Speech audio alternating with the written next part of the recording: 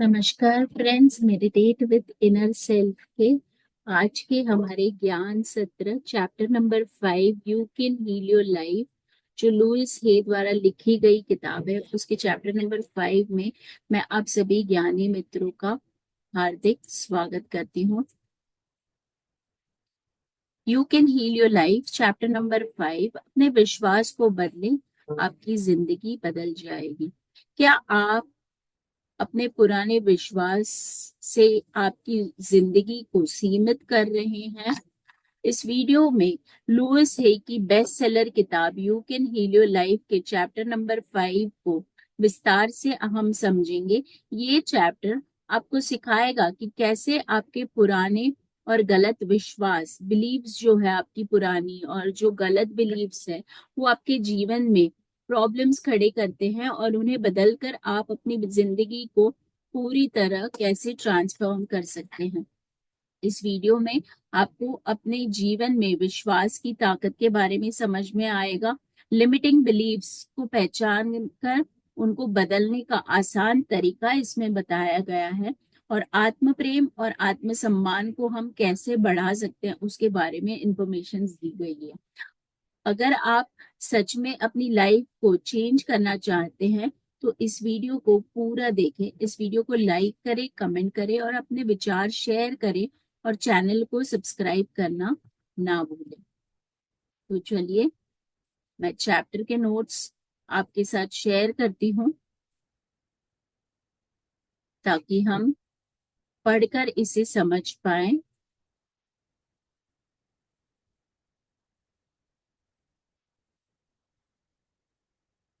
Chapter number 5, chapter number 5, अब हम क्या करें। मैं अपने दृष्टिकोण को समझ रहा हूँ और परिवर्तन लाना चाहता हूँ। इसमें बताती है लेखिका कि मैं अपने जो पैटर्न्स है, थॉट पैटर्न्स, जो बिलीफ पैटर्न्स है, उनको समझ रही हूँ और उनको चेंज करना चाहती हूँ। बदलाव का निर्णय जब हम डिसाइड कर लेते हैं चेंज लाने के लिए तो क्या होता है, चलिए आगे देखते हैं। बहुत से लोग इस स्थिति में अपने जीवन की अव्यवस्था से घबराकर हाथ खड़े कर देते हैं। जो लाइफ में मेस हो जाता है उससे वो लोग डर जाते हैं और हार मान लेते हैं। कुछ अन्य अपने आप या जीवन पर क्रोधित हो जाते हैं और वे भी हार मान लेते हैं। यानी कुछ और लोग होते हैं जो अपने आप पर गुस्सा हो जाते हैं, एंग्री हो जाते हैं या फिर जीवन पर क्रोधित हो जाते हैं और हार मान लेते हैं। हार मानने का अर्थ है ये निर्णय लेना कि अब कुछ भी करना बेकार है। हार मानने से ये डिसाइड हो जाता है कि अब आगे कुछ भी करना होपलेस है, इसकी कोई होप नहीं रहती, तभी हम हार मान लेते हैं। और किसी भी प्रकार का चेंज, परिवर्तन करना असंभव है तो कोशिश क्यों करें। हार मानने से ये डिसाइड हो जाता है कि अगर कोई भी टाइप का चेंज लाना इम्पॉसिबल है तो चेंज लाने की ट्राई ही क्यों की जाए। बस इस तरह है जो चल रहा है, बाकी इसी तरह है, जो चल रहा है वो चलने दो। कम से कम तुम यह जानते तो हो कि उस पेन को कैसे हैंडल किया जाए, उस पीड़ा को कैसे संभालना है। आप ये सब पसंद नहीं करते लेकिन इस सबसे फेमिलियर और परिचित है और आप उम्मीद होप करते हैं कि वह और बदतर नहीं होगा और वर्स्ट नहीं होगा। आप ये सिचुएशन को पसंद नहीं करते हैं लेकिन आप इससे फेमिलियर है और आप उम्मीद करते हैं, होप रखते हैं कि वो और खराब नहीं होगी सिचुएशन। मेरे लिए गुस्से का अभ्यस्त होने का अर्थ है, लेखिका कहती है, उनके लिए गुस्सा करने की आदत जो है उसका मीनिंग होता है मूर्ख का ताज पहनकर एक कोने में बैठे रहना। क्या ये बात आपको सही लग रही है? कुछ होता है और आप क्रोधित हो जाते हैं, कुछ और होता है और फिर से गुस्से में आ जाते हैं, कुछ और होता है और आप फिर से क्रोधित हो जाते हैं, लेकिन आप कभी गुस्से से ज्यादा कुछ नहीं करते।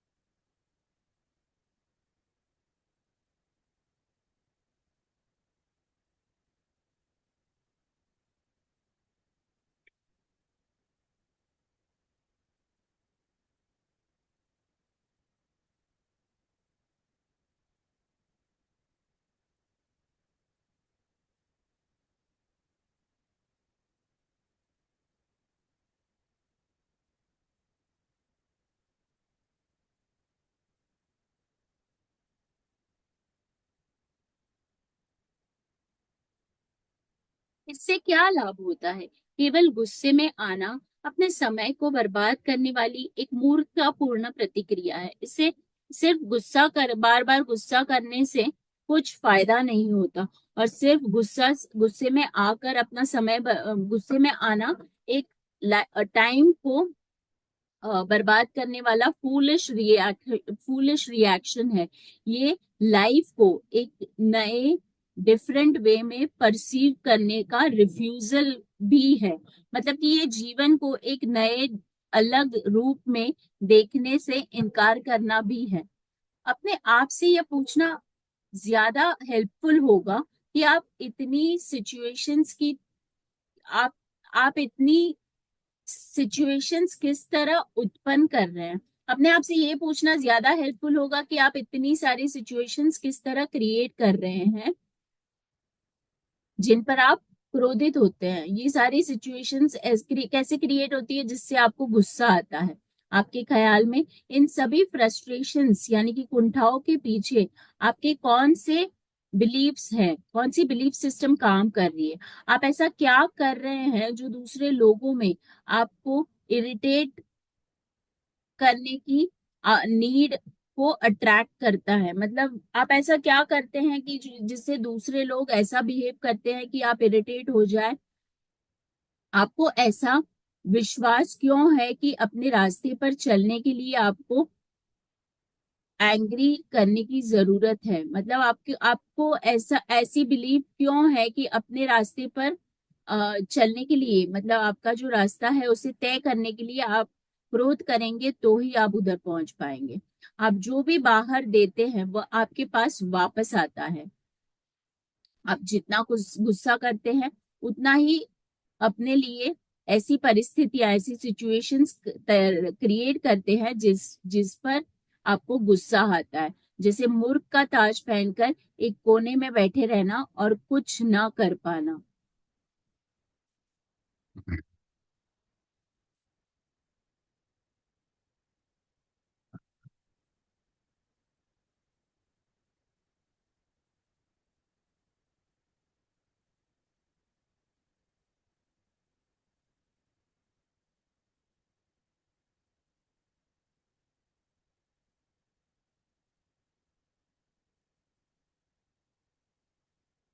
क्या यह पैराग्राफ आपके अंदर की क्रोध की भावना उत्पन्न कर रहा है? यानी कि क्या ये अनुच्छेद पढ़ के आपको एंगर की फीलिंग्स ज्यादा आ रही है? बढ़िया, तीर निशाने पर लगा है।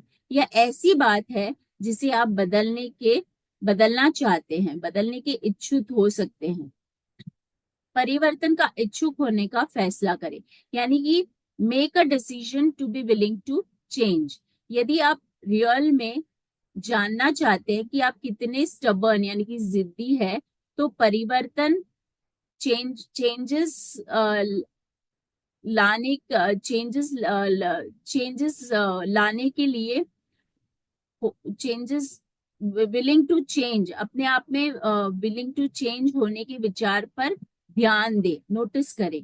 हम सभी अपने जीवन को चेंज करना चाहते हैं, सिचुएशंस को बेहतर बनाना चाहते हैं और अधिक आसान बनाना चाहते हैं, परिस्थितियों को बेटर और ज्यादा इजी बनाना चाहते हैं। लेकिन हम बदलना नहीं चाहते। हम चाहते हैं कि वे बदल जाएं, सिचुएशंस बदल जाए ऐसा हम चाहते हैं, पर हम बदलना नहीं चाहते। ऐसा करने के लिए हमें अंदर से बदलना होगा। हमें सोचने का अपना तरीका बदलना होगा, बोलने का तरीका बदलना होगा, अपने आप को अभिव्यक्त करने का यानी कि एक्सप्रेस करने का तरीका बदलना होगा। तब भी आउटर चेंजेस हो पाएंगे, यानी कि बाहरी परिवर्तन हो पाएंगे। ये एक नेक्स्ट स्टेप है, अगला कदम है। अब हम इस बारे में काफी क्लियर है, काफी स्पष्टता हमें मिल गई है कि समस्याएं क्या है, प्रॉब्लम्स क्या है, ये हमें पता चल गया है। और वो कहाँ से आए हैं वो भी हमें पता चल गया है। अब विलिंग टू चेंज होने का समय है, अपने आप को बदलने की इच्छा रखने का समय है। मेरे अंदर हमेशा हट की एक प्रवृत्ति रही है। मतलब लेखिका कहती है वो हमेशा से स्टबर्न रही है। अब भी कभी कभी जब मैं अपने जीवन में कोई बदलाव लाना चाहती हूँ तो स्टबर्ननेस उनके सामने आ सकता है और अपनी सोच को बदलने के प्रति मेरा प्रतिरोध सशक्त होता है। यानी कि अभी वो कोई बदलाव लाना चाहती है तो ये स्टबर्ननेस जो है वो उनके सामने आ जाती है और उनके थिंकिंग को चेंज करने के लिए स्ट्रांगली रेजिस्ट करती है। थोड़ी देर के लिए मैं स्वार्थी, क्रोधित और पराजित हो सकती हूँ। थोड़ी देर के लिए वो सेल्फिश, एंग्री और लूजर हो सकती है। जी हाँ, इतने वर्षों तक मेहनत करने के बावजूद ये सब मेरे अंदर अब भी चलता रहा है।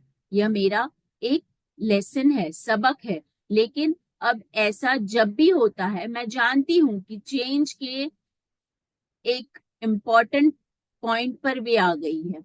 जब भी ऐसा होता है तो अभी उनको ये समझ आ गया है कि जब भी वो परिवर्तन के एक महत्वपूर्ण बिंदु पर है तब भी ही ऐसा होता है।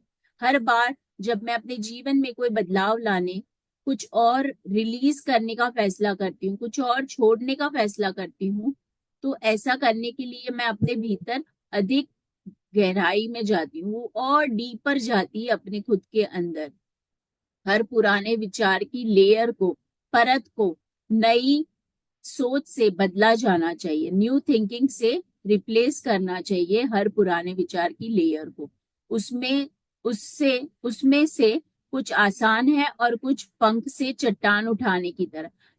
ये करना, ये न्यू थिंकिंग को रिप्लेस करना जो है उसमें से कुछ कुछ चीजें आसान होती है, इजी होती है, और कुछ कुछ चीजें एक छोटे से पंख से बड़े से पत्थर को उठाने की तरह डिफिकल्ट होती है। जब मैं कहती हूँ कि मैं चेंज लाना चाहती हूँ, परिवर्तन लाना चाहती हूँ, तो मैं अपने ओल्ड बिलीफ को स्ट्रांगली पकड़ती हूँ। यानी कि वो अपने पुराने विचार को दृढ़ता से पकड़ती है और उतना ही जानती हूँ कि उसे छोड़ना मेरे लिए सबसे महत्वपूर्ण है, सबसे इम्पोर्टेंट है उस ओल्ड बिलीफ को छोड़ना। ये वे जानती है। इन चीजों को सीखने के बाद ही मैं दूसरों को सिखा सकती हूँ। ये सारी चीजें जब वे खुद सीख लेती है उसी के बाद वो दूसरों को सिखा सकती है। मेरी राय है कि वास्तव में कई अच्छे शिक्षक खुशहाल परिवारों से नहीं होते हैं। लेखिका का ये ओपिनियन है कि रियल में जो गुड टीचर्स होते हैं वो जॉयफुल फैमिलीज से नहीं होते, जहाँ सब कुछ आसान होता है, सब कुछ इजी होता है। वे अधिक पीड़ा व दुख देखकर आते हैं। वो जो गुड टीचर्स है वो ज्यादा पेन, ज्यादा सफरिंग देखकर आते हैं, और वे उस जगह पर, उस स्थान पर, उस प्लेस तक कई लेयर्स को क्रॉस करते हुए पहुंचे हैं, कई परतों को पार करके पहुंचे होते हैं, जहां अब वे मुक्त होने में दूसरों की मदद कर सकते हैं, जहां पहुंचने के बाद वो अभी फ्री होने के लिए दूसरों की मदद कर सकते हैं। अधिकतर अच्छे शिक्षक सीमाओं की गहरी परतों को हटाने के लिए और भी अधिक विचारों को छोड़ने पर लगातार काम करते रहते हैं। Most of the good teachers जो लिमिटेशंस है, उनकी जो सीमाएं हैं, उन पर, उनके डीपर लेयर्स को हटाने के लिए, रिलीज करने के लिए कंटिन्यूस काम करते रहते हैं। ये एक लाइफ टाइम उनका ऑक्यूपेशन बन जाता है, ये एक जीवन भर का उनका व्यवसाय बन जाता है। पहले मैं बिलीव्स को छोड़ने के विषय में जिस रूप में काम करती थी, मतलब पहले वो जो अपनी आस्थाएं हैं उनको रिलीज करने के विषय में जिस रूप में काम करती थी, और आज जिस रूप में मैं काम करती हूँ, उसमें मेन डिफरेंस, प्रमुख अंतर ये है कि अब मुझे ऐसा करने के लिए अपने ऊपर क्रोधित नहीं होना पड़ता। इसमें मेजर डिफरेंस ये है कि अब उन्हें ये काम रिलीज करने के लिए, पहले वाली बिलीव्स को रिलीज करने के लिए गुस्सा नहीं होना पड़ता खुद के ऊपर। अब मैं यह नहीं मानती कि मैं केवल इसलिए एक बुरी इंसान हूं कि मुझे अपने अंदर बदलाव के लिए कुछ और मिलता है। अभी ये नहीं मानती है कि वो सिर्फ इसीलिए एक बुरी, बैड पर्सन है कि उनके अंदर बदलाव के लिए जब उन्हें कुछ मिलता है तो वो अपने आप को बुरा नहीं समझती है। घर की सफाई यानी कि हाउस क्लीनिंग। अब मैं अपने मन मस्तिष्क में जो कार्य करती हूँ, जो अब लेखिका जो मेंटल वर्क करती है, वह किसी घर की सफाई करने जैसा है, ऐसे वो बताती है। मैं अपने मन के कमरों से गुजरती हूँ, she goes through all the rooms of her mind, और उनमें मौजूद विचारों व आस्थाओं की जांच करती हूँ, और उनमें प्रेजेंट बिलीफ्स और थॉट्स की वो जांच करती है। कुछ को मैं पसंद करती हूँ, इसलिए उन्हें झाड़ पोंछ कर चमका देती हूँ तथा उन्हें और भी यूजफुल यानी कि उपयोगी बना देती हूँ, और कुछ को मैं रिप्लेस करना चाहती हूँ या रिपेयर करने की जरूरत उन्हें महसूस होती है, तो उस कार्य में वे लग जाती है। कुछ को वो हटाने या मरम्मत करने की जरूरत फील करती है, तो वो काम में वे लग जाती है। कुछ पिछले दिन के अखबार, पुरानी पत्रिकाएं या कपड़ों की तरह होते हैं जो अब यूजफुल उपयुक्त नहीं रह गए, उन्हें मैं या तो गिव अवे कर देती हूँ यानी कि छोड़ देती है, या फिर डस्टबिन में फेंक देती है, साथ ही उन्हें हमेशा के लिए जाने देती है, हमेशा के लिए छोड़ देती है। मेरे लिए ऐसा करने की प्रोसेस जो है, प्रक्रिया जो है, उसमें क्रोधित होना या स्वयं को एक बैड पर्सन, बुरा पर्सन फील करना, महसूस करने की आवश्यकता नहीं है, जरूरत नहीं है। Exercise, I am willing to change. अभ्यास, मैं बदलना चाहता हूँ। चलिए इन दृढ़ वचन का प्रयोग करते हैं। Let's use these affirmations. मैं बदलना चाहता हूँ, इसे बार बार दोहराएं। मैं बदलना चाहता हूँ, मैं बदलना चाहता हूँ, मैं बदलना चाहता हूँ। आप ऐसा कहते समय अपने गले को स्पर्श कर सकते हैं। गला शरीर का ऊर्जा केंद्र है। गला जो है वो अपने बॉडी का एनर्जी सेंटर है। तो आप ये कहते वक्त अपने गले को टच कर सकते हैं। अपने गले को टच करते हुए आप एक्सेप्ट करते हैं कि आप चेंज की प्रक्रिया में हैं। अपने गले को स्पर्श करते हुए आप स्वीकार करते हैं कि आप परिवर्तन की प्रोसेस में हैं। जब आपके जीवन में चेंजेस आए तो इच्छा सहित उन्हें होने दे। जब आपके जीवन में, लाइफ में परिवर्तन आए तो उन्हें विलिंगली होने दे। यह ध्यान रखें कि जहां पर आप नहीं बदलना चाहते, जहां आप चेंजेस नहीं लाना चाहते, रियल में, वास्तव में आपको चेंज की सबसे ज्यादा आवश्यकता उसी जगह होती, वही जगह पे वास्तव में आपको बदलाव की सबसे अधिक आवश्यकता होती है। I am willing to change, मैं बदलना चाहता हूँ। ब्रह्मांड की बुद्धिमत्ता हमेशा आपके विचारों और शब्दों के प्रति प्रतिक्रियाशील होती है। यानी कि यूनिवर्सल इंटेलिजेंस जो है वो ऑलवेज आपके थॉट्स और की वर्ड्स को वर्ड्स की तरफ रिस्पॉन्ड करती है। जब आप ऐसी बात कहते हैं तो स्थितियों में निश्चित रूप से बदलाव आना शुरू हो जाता है। जब आप कहते हैं कि मैं बदलना चाहती हूँ या बदलना चाहता हूँ, तो ये जो स्थिति है, परिस्थिति है, सिचुएशंस है, उसमें डेफिनेटली चेंज आना शुरू हो जाता है। बदलने के कई तरीके हैं। लेखिका के आइडियाज पर वर्क करना बदलने का एकमात्र तरीका नहीं है। मेरे विचारों पर अमल करना बदलने के लिए ओनली वे नहीं है। कई अन्य तरीके और भी है। Other methods are also there, जो काफी अच्छे से काम करते हैं, जो बहुत अच्छे से वर्क करते हैं। इस पुस्तक के अंतिम भाग में मैंने उन कई रास्तों की एक लिस्ट यानी कि सूची शामिल की है, जिनसे आप अपनी ग्रोथ प्रोसेस को यानी कि विकास प्रक्रिया की तरफ आगे बढ़ सकते हैं। अभी कुछ पर विचार करें। अभी अभी देखते हैं कि हम कुछ कुछ मेथड्स को देखते हैं। यहाँ एक आध्यात्मिक दृष्टिकोण विद्यमान है यानी कि स्पिरिचुअल अप्रोच है। दूसरा मेंटल अप्रोच यानी कि मानसिक दृष्टिकोण है। और तीसरा फिजिकल दृष्टिकोण यानी कि भौतिक भौतिक अप्रोच है। सॉरी। संपूर्ण उपचार में शरीर, मन और आत्मा शामिल होते हैं। होलिस्टिक हीलिंग के लिए बॉडी, माइंड और सोल तीनों शामिल होते हैं। आप इनमें से किसी एक से शुरुआत कर सकते हैं। यदि आप उसमें इवेंचुअली यानी कि यथास्थिति सभी को शामिल कर सकते हैं। कुछ मानसिक दृष्टिकोण यानी कि मेंटल अप्रोचेस के साथ शुरू करते हैं और वर्कशॉप्स या कार्यशालाएं या थेरेपी करते हैं, और कुछ ध्यान या प्रार्थना के साथ आध्यात्मिक दृष्टिकोण अपनाते हैं, और कुछ लोग मेडिटेशन और प्रेयर्स के साथ स्पिरिचुअल अप्रोच को अपनाते हैं। जब आप अपने घर की सफाई शुरू करते हैं तो यह मायने नहीं रखता कि आप किस कमरे की सफाई की शुरुआत करते हैं। आपको ज्यादा आकर्षित करने वाली जगह से आप शुरू कर सकते हैं, दूसरी जगहों पर सफाई खुद ब खुद हो जाएगी। स्पिरिचुअल लेवल पर शुरुआत करने वाले लोग, आध्यात्मिक स्तर पर शुरुआत करने वाले लोग जो जंक फूड खाते हैं, अक्सर पाते हैं कि वे पौष्टिक भोजन की ओर आकृष्ट हो रहे हैं।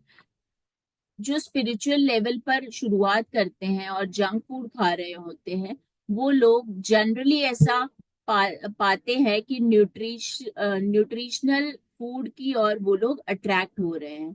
वे किसी मित्र से मिलने यानी कि किसी फ्रेंड को मिलते हैं, या कोई बुक ढूंढते हैं, या किसी ऐसी क्लास में जाते हैं, कक्षा में जाते हैं जो उनके अंदर ये समझ को उत्पन्न करती है, ये अंडरस्टैंडिंग को पैदा करती है कि वे जो कुछ भी खाते हैं उसका भारी असर उस बात पर पड़ता है कि वो कैसा फील करते हैं, यानी कि महसूस करते हैं, और कैसे दिखते हैं, कैसे हाउ दे लुक।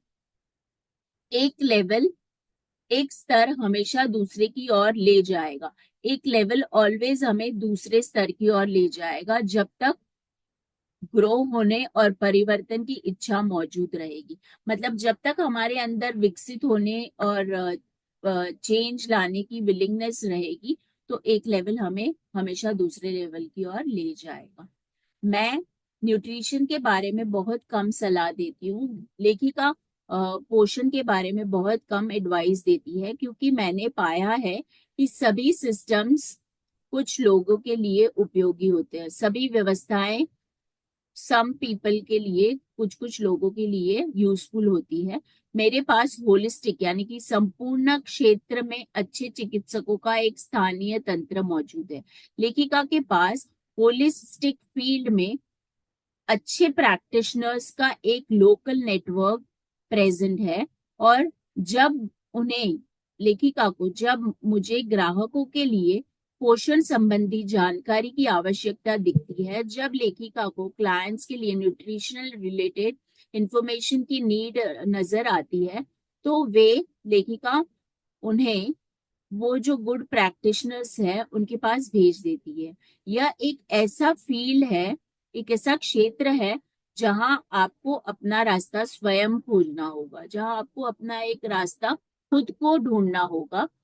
किसी स्पेशलिस्ट के पास जाना होगा, किसी विशेषज्ञ के पास जाना होगा जो आपका परीक्षण कर सकता है, जो आपको आपको टेस्ट कर सकता है। पोषण पर बहुत सी पुस्तकें ऐसे लोगों द्वारा लिखी गई है। न्यूट्रिशन पर बहुत सारी बुक्स ऐसे लोगों ने लिखी है जो काफी बीमार थे और उन्होंने अपने हीलिंग के लिए एक सिस्टम तैयार की थी। जो काफी बीमार थे और उन्होंने अपने उपचार के लिए एक व्यवस्था तैयार की थी। फिर उन्होंने अपने मेथड्स यानी कि तरीकों के बारे में और लोगों को बताने के लिए एक पुस्तक लिखी।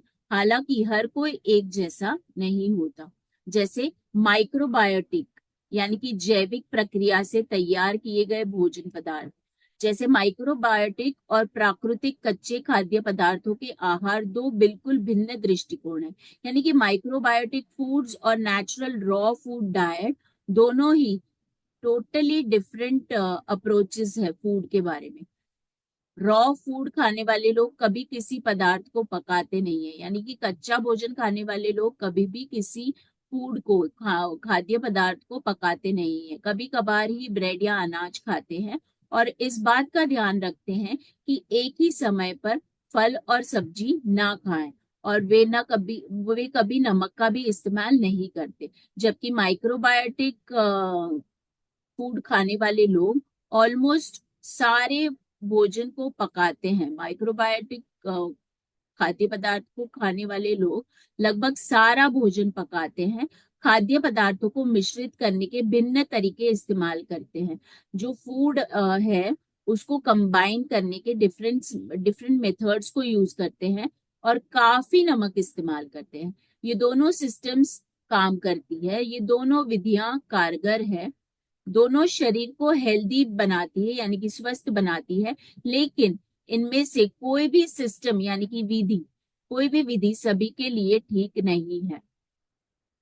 पोषण के संबंध में मेरा व्यक्तिगत दृष्टिकोण सरल है। न्यूट्रिशन के बारे में लेखिका का पर्सनल अप्रोच सिंपल है। यदि वह ग्रो होता है तो उसे खाओ, यदि वह बढ़ता है तो उसे खाओ, और यदि वह नहीं बढ़ता तो उसे मत खाओ।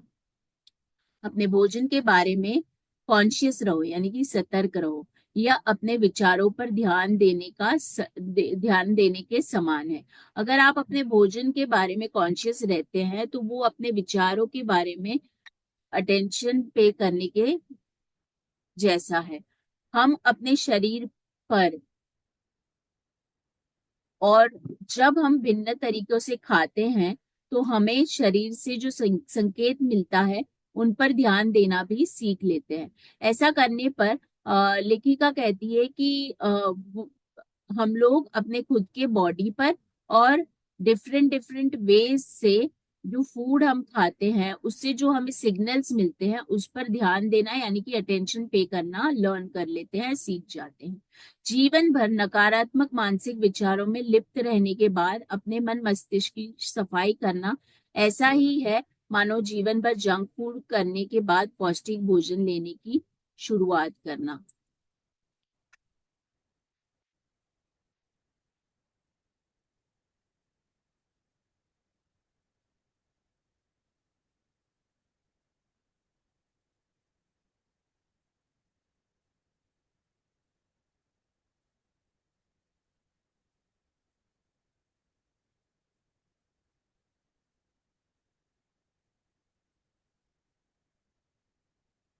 Life time negative mental thoughts में डूबे रहने के बाद अपने मेंटल रूम की सफाई करना ऐसी प्रक्रिया के जैसा है जैसे कि मानो जीवन भर जंक फूड खाने के बाद हम न्यूट्रिशनल भोजन यानी कि न्यूट्रिशनल फूड लेने की शुरुआत करते हैं।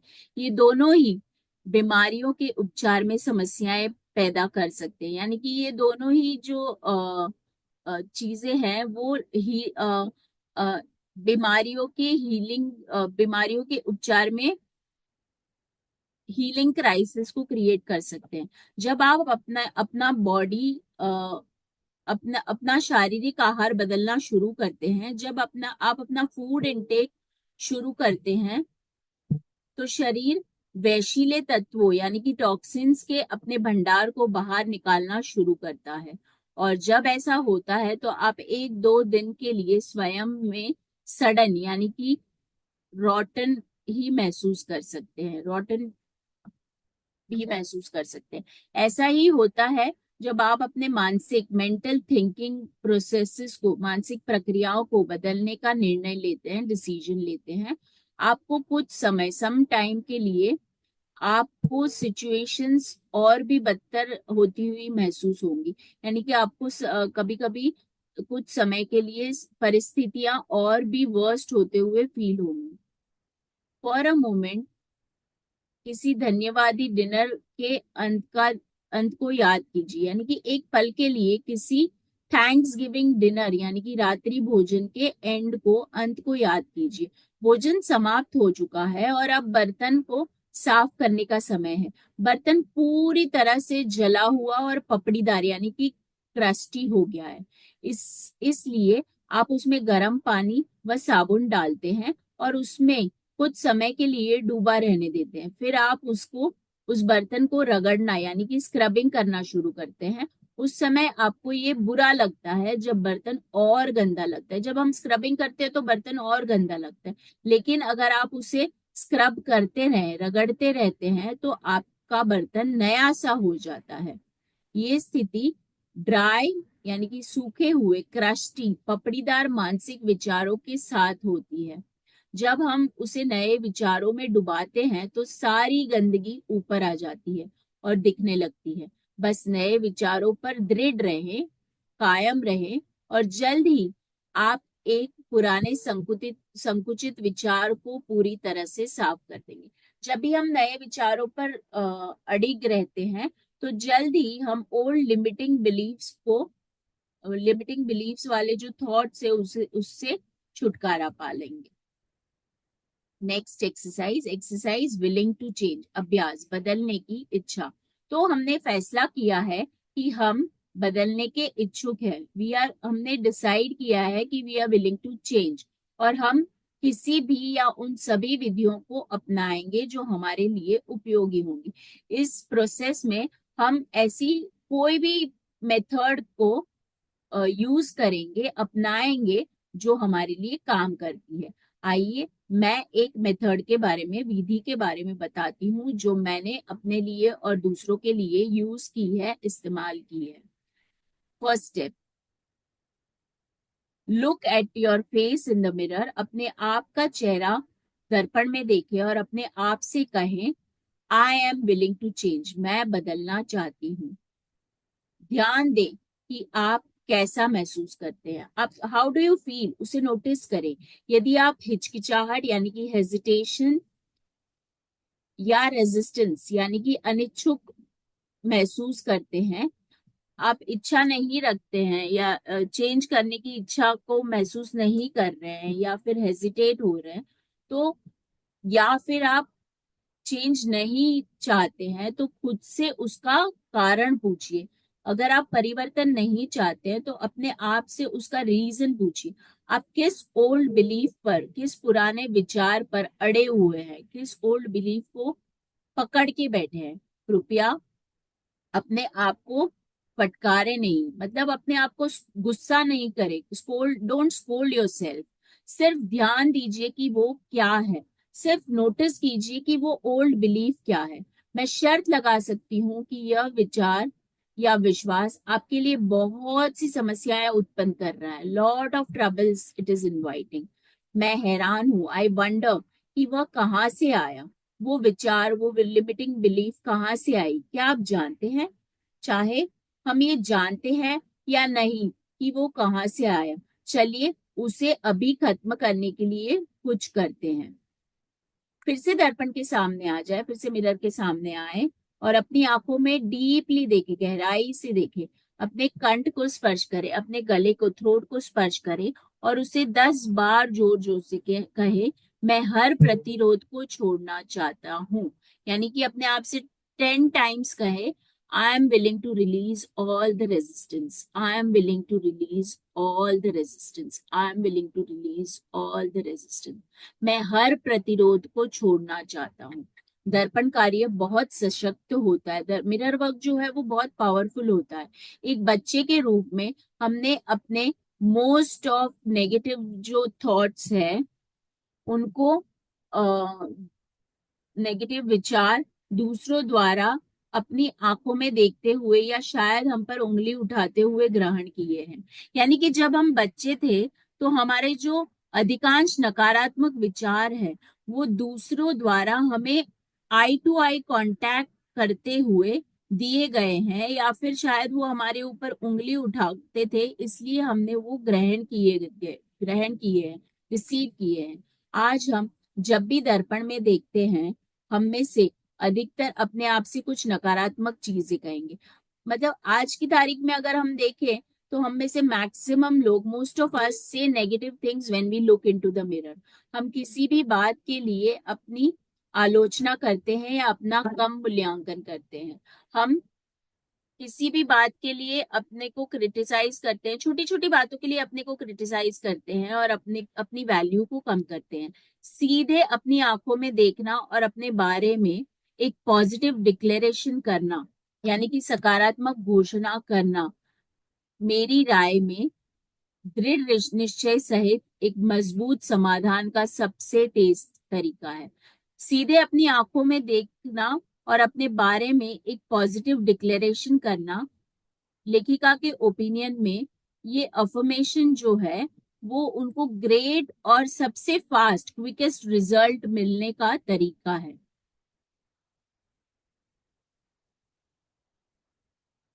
इस जीवन की अनंतता में जहां मैं हूं सब संपूर्ण और परिपूर्ण है। अब मैं शांति से और निष्पक्षता से अपने पुराने विचारों को देखना चाहता हूँ और मैं परिवर्तन करने के लिए तैयार हूँ। मैं सीखने योग्य हूँ। मैं सीख सकता हूँ। मैं बदलने के लिए तैयार हूँ। मैं खेल खेल में ऐसा करना चाहता हूँ जब मुझे मुझे छोड़ने के लिए कुछ मिल जाता है तो मैं यह जानता हूँ मानो मुझे कोई खजाना मिल गया हो। मैं खुद को हर क्षण बदलते देखता हूँ और महसूस करता हूँ कि अब विचारों का मुझ पर कोई जोर नहीं है। दुनिया में मैं सबसे शक्तिशाली हूँ। मैं मुक्त होना चाहता हूँ। मेरी दुनिया में सब कुछ अच्छा है।